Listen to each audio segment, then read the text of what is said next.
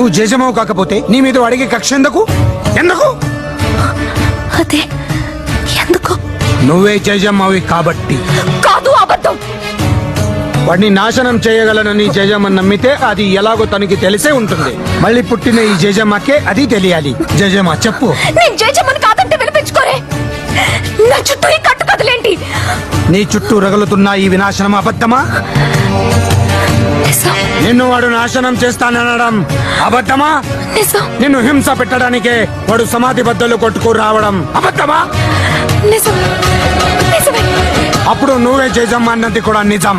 నువ్వు మళ్ళీ పుట్టావుని అల్లా సాక్షిగా నేను నమ్ముతున్నాను. అది నిజం కాదు. అవును. కానీ కాదు. ఏ సచ్చే? కాదు. ఏ సచ్చే? కాదు.